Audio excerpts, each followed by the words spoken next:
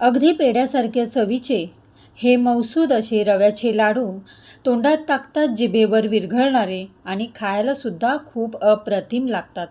जरा सुद्धा पाक करायची गरज नाही, बिघडण्याची शक्यता नाही। इतके साध्या आणि सोप्या पद्धतीने हे लाडू आपल्याला बनवता येतात। बघू शकता हे लाडू इतके खुसखुशीत झाले आहेत ना, तोंडात टाकताच विरघळतात।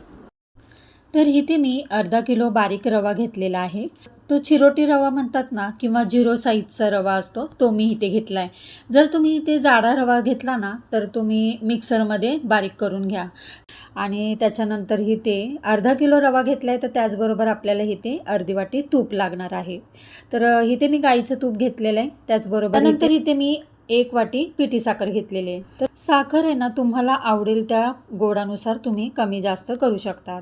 तर आता गॅसवर मी कढई गरम करायला ठेवले आणि गरम झालेलं आहे आणि आता त्याच्यात तूप टाकते। तर आपल्याला पूर्ण तूप टाकायचं नाही आहे, अर्धं तूप टाकायचं आहे आणि नंतर थोडं थोडं तूप करून आपल्याला रवा भाजायचा आहे। तर सर्व बाजूने आपण आता एकसारखाच भाजून घ्यायचा आहे।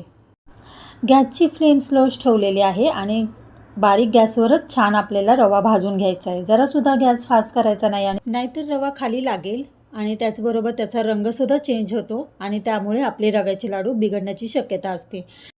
तर त्यामुळे ना बारीक गॅस करूनच छान रवा भाजायचा आहे आणि थोडं थोडं तूप टाकत जायचं आहे। सर्वीकडे रवा असा पसरून घ्यायचा आहे आणि भाजायचा आहे। तर बघू शकता आपला रवा किती मौसूद असा छान भाजला गेलेला आहे।